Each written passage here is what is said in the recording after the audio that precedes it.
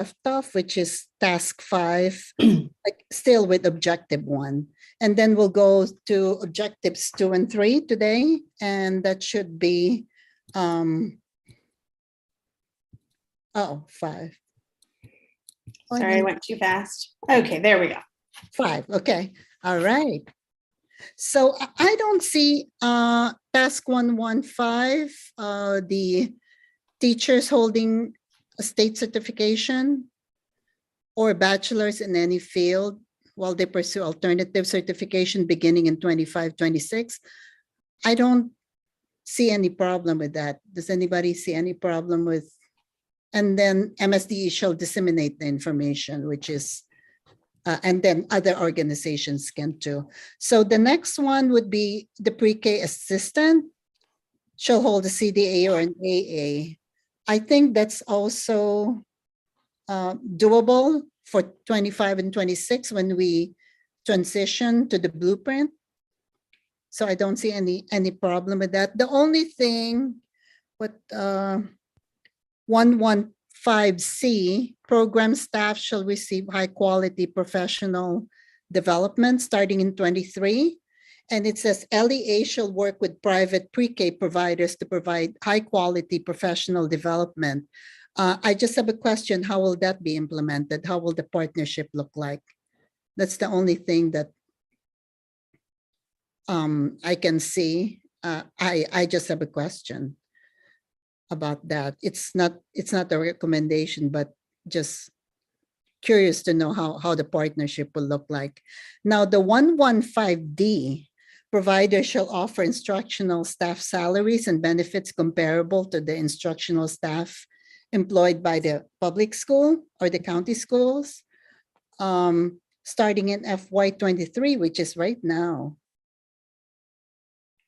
I have a problem with that. How will that be accomplished? And at the same time, it's going to provide some financial difficulties for private like centers, because it will be hard for them to afford a comparable salary with benefits. The only recommendation I can see that we can tell the AIB board would be for LEAs to provide certified teacher that the county school will pay, including benefits and compensation. And that's where the MOU would come out, because I think in some counties, I talked to a center in PG, and they are, the county schools provided the teacher, the certified teacher in her program. That's how she was able to participate in the pre-K. Because then if you don't have the facility and you have the students and you have the teacher, that's going to be a good partnership in terms of, the mixed delivery. Any thoughts, anybody? I wonder if one recommendation might be to just gather what's working around the state and to share that, like you said about PG, maybe there's some other things that are working elsewhere. I was thinking that same thing when you said even about how you do the professional development with childcares. That's again another thing. I think we had talked last time about how it would be a recommendation would be to be able to have people talk and share ideas about how they're implementing it. So I wonder if just adding that simple, that would be the recommendation, like Rachel said, just saying, the recommendation is that counties share how they're making things work with these things. Okay, so Raina, is that a good recommendation? Just recommend that we gather the data that's happening around the state, what works and what does not work, and then maybe we can go from there and see what model will best, support the implementation. Okay, so I put the question, like, how will LEAs provide teachers for private providers so they are certified? And then I put in yellow, gather data from across the state to see how it's being implemented. Yeah, but I think more of the recommendation should be, because I think the private providers will not be able to afford a comparable benefits package, salary and benefit package to give to our teachers if we have our private teachers, especially family childcare. I don't think we'll be able to afford a comparable salary and benefit. I agree. I just highlighted yellow as our recommendations. So Okay. we have questions, but if you see it's yellow, that's what we said was the recommendation. Okay. So just, and going down, I don't think there's anything that's, I think it's all good, right? The E, F, and G. I think we can go to, what about the letter H? Shall offer curriculum. What the H, I think what a good recommendation would be the LEAs provide the curriculum that's aligned with their local curriculum or the same curriculum. So that way it's aligned with the what the children are learning in the public school. It's aligned with the private, but it should be an option because maybe not all private providers would like to use the same curriculum. Maybe they want to use something else. So can we recommend that the LEAs provide an option of, how do we word it? For the opportunity to learn about their curriculum or to learn about the curriculum being used, Can we offer say, that opportunity to learn about it with private childcare providers. yeah, or share the same curriculum? Can the LEAs provide the curriculum?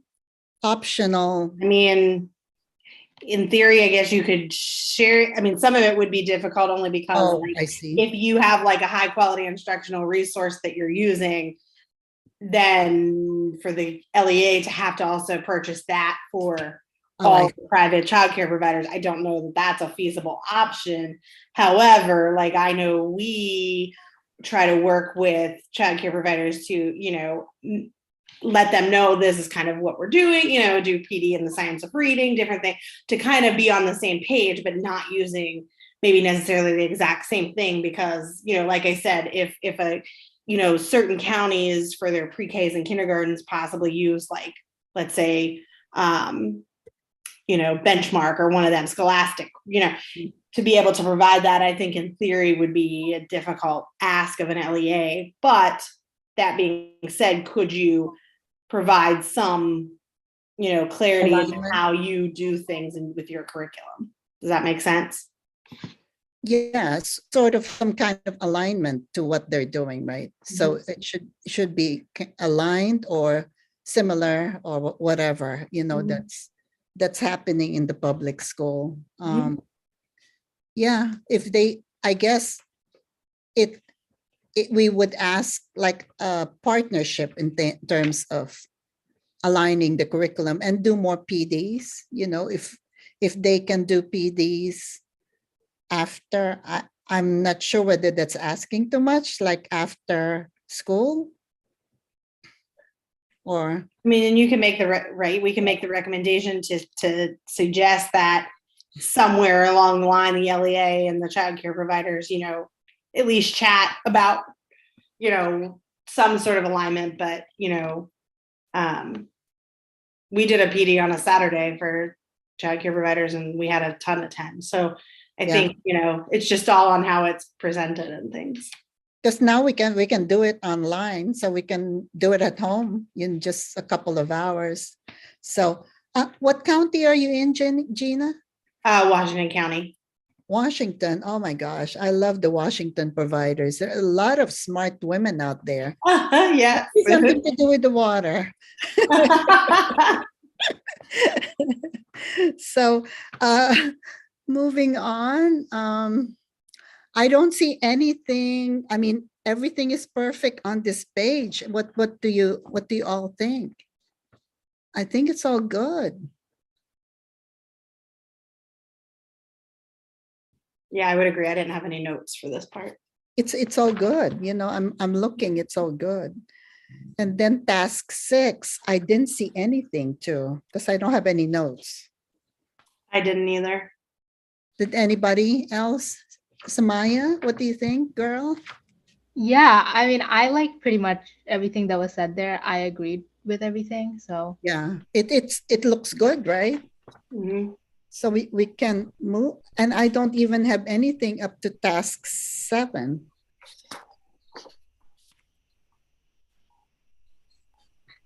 That all looks good.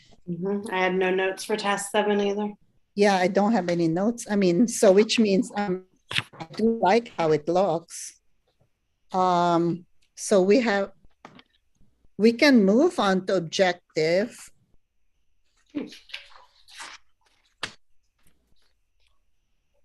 Objective 2, right? Why am I missing objective 2? Yep, objective 2, assess student readiness for kindergarten. Like assess. Oh, okay. I don't have any notes for that too. The only thing, LEA shall administer. Okay. The only recommendation that I can see with this 1.21a would be if the LEAs can partner with the private providers, like in Howard, where I am, we do a transition to kindergarten.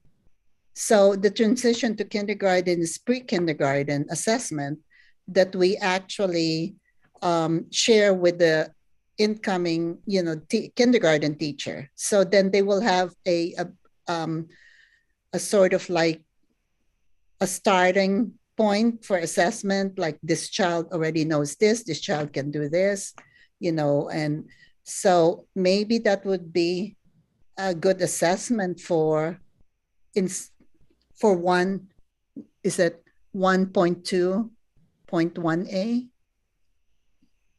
Administer the assessment to all incoming kindergarten. If we can also recommend that we partner. Well, Rachel, correct me if I'm wrong. This is talking about the KRA that everybody in the state of Maryland gives to all incoming kindergartners. So this assessment, the KRA, the kindergarten readiness assessment, is given to all incoming kindergartners within a certain specific window. It's almost like it is for a state assessment. So everybody, it used to be, you could choose a certain group of kids, but now, was it this year? It went that this past year, I think, or this year, everybody, I can't remember, but now regardless, everybody has to give it to all incoming kindergarten students across the state. So it's kind of like the one measure that's the same in every county across the state. Okay, so this Did I get that right, Rachel? Okay. This would be like the KRA, right? This is the KRA. Yeah, when I was looking at the KRA, they also have a data where the child is coming from. It's coming from center, it's coming from family, it's coming from whether they're meeting the benchmark going into kindergarten or if they didn't come. So yeah, it's the prior care. So the parents, so it's like you said, it's family child care, Head Start, public pre-K, private provider, things like that. And then that's how we as a county can know, once you look at the data, how those incoming, how kindergarten ready they are coming from wherever they came from. Yeah. Oh, okay. So I think we're all good in that. I mean, I don't see anything that's popping out, and because I like the KRA, I mean, I was a big fan. So we can move into objective 3.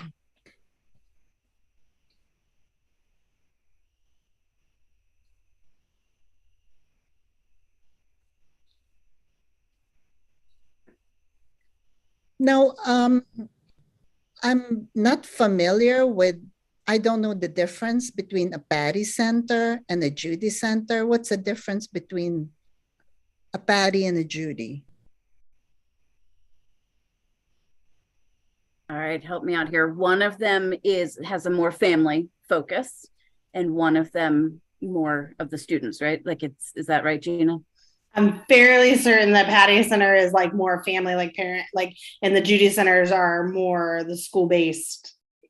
That Patty Center was a new term for me this year too, but from my understanding, that's, the Judy Centers are based in schools and, help with the student aspect of it. And I believe, but I could be wrong, so don't quote me, but I believe that that's the difference in them.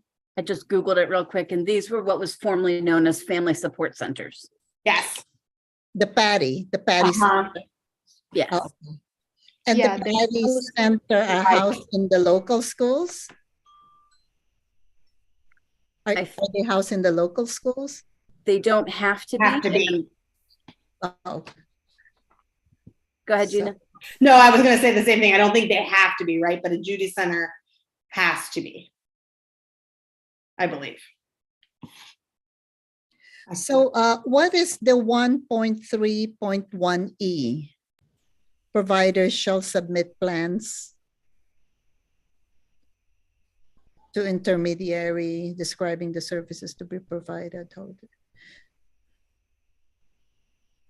Is there a place for partnership with private providers?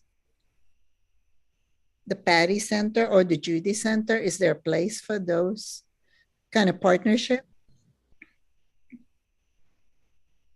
That could be a recommendation.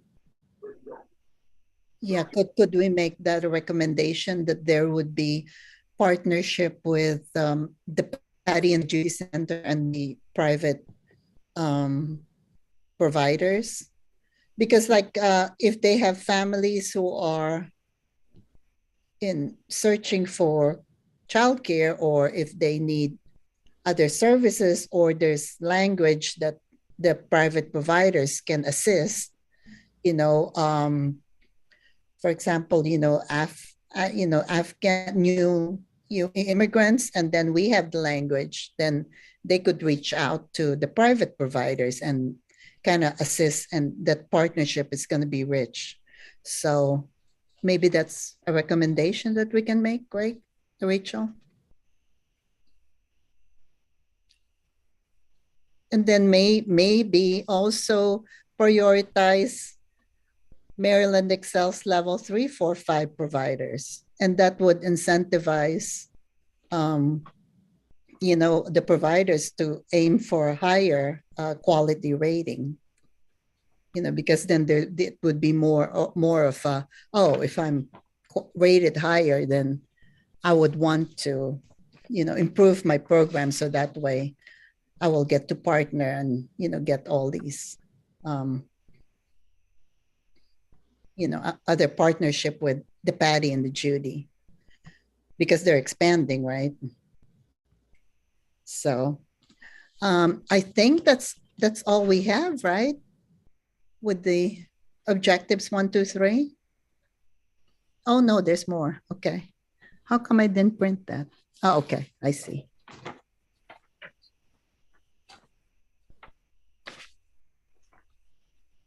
Anything popping out? Because I'm not familiar with the Judy and the Patty. That's the only thing. I think it's more. Here, it says Judy Centers provide just full day comprehensive accredited early education programs for children ages birth through kindergarten and family support centers or services. Patty Centers are also called family support centers. They provide parents and guardians of newborns through 3 years old with supports to help them succeed in parenting, including fulfilling their goals of school, employment, and family well-being. So basically, the Judy Centers, that's the biggest difference. They focus more on, the school readiness aspect of the children, whereas the Patty Centers help with families, the parents who may need to find work or employment or things like that. It helps. Does that help kind of a little bit explain it, Ruby? Yeah, now it's kind of clearer, Kind of like just one's more school and one's more, they both have the same goal in the sense that they're, working with children from birth to, Patty Centers are to 3 years old, and then Judy Centers are to K. Oh, okay. So Patty is is pre. Patty centers primarily work with newborns to 3 years old, Oh, parents and guardians of newborns to 3-year-olds. And then the Judy centers, they are more children ages birth through kindergarten and family support service. So like our Judy centers do a lot with like they might have after school activities where the parents can come in and do a little thing while the kids do scarecrow building, things like that, to kind of like bridge that connection. Okay, so it looks like the Patty is more of an expanded version of the Judy. Is that a good description? It seems to me like the Patty is the first stop shop. So you go to the Patty when they're very young, and then as they go to pre-K and kindergarten, the focus is maybe more so on the student, like the Patty serves families, so does the Judy, but maybe the focus is different as they get older. Right. Oh. And I don't think Patty centers are as I think that's something that they're looking to add, is my understanding, more of. I don't think there's as many of those as there are Judy centers. Okay, because yeah, I can see that, because it not only supports the child, it also supports the family, so. Yes. And the Wow. coordinate. So this will be, okay, the Judy centers are normally housed in the public school, right? And the Patty centers can be anywhere. Okay.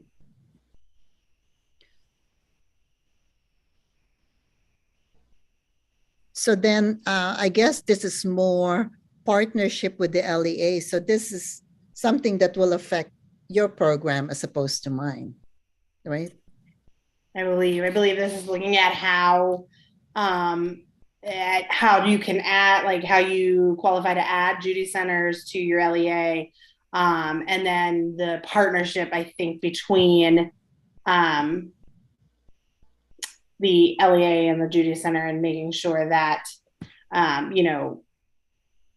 there's priority in certain schools, things like that. Like a Title I school first, and then the rest will be, yeah.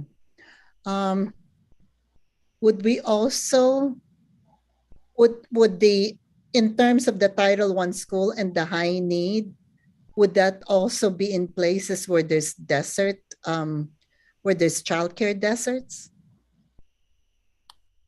Or shall we make that recommendation and to add that? That I don't, that I can't answer. I don't know. What do you think, Rachel? I don't think we've seen that language, so it might be something to reference. I know that they, like in 1.3.2a, it's talking about, working on the location of them to make sure that they would serve multiple closely located Title I schools.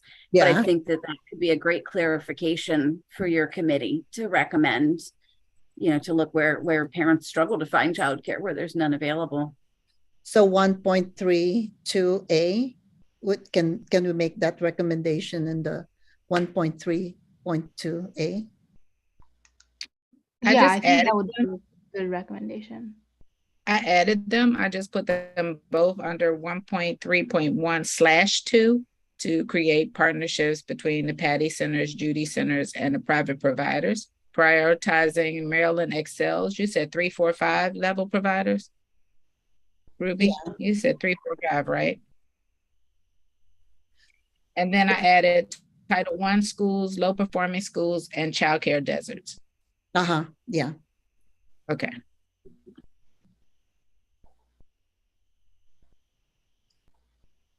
In terms of the placement, right?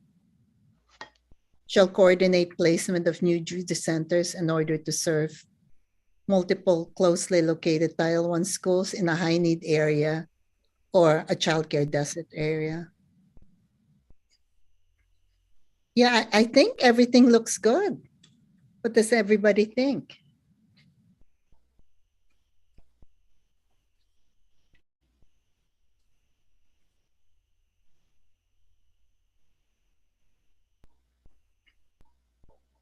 So I think the last one is just task 3, fully funding the Maryland Infants and Toddlers program.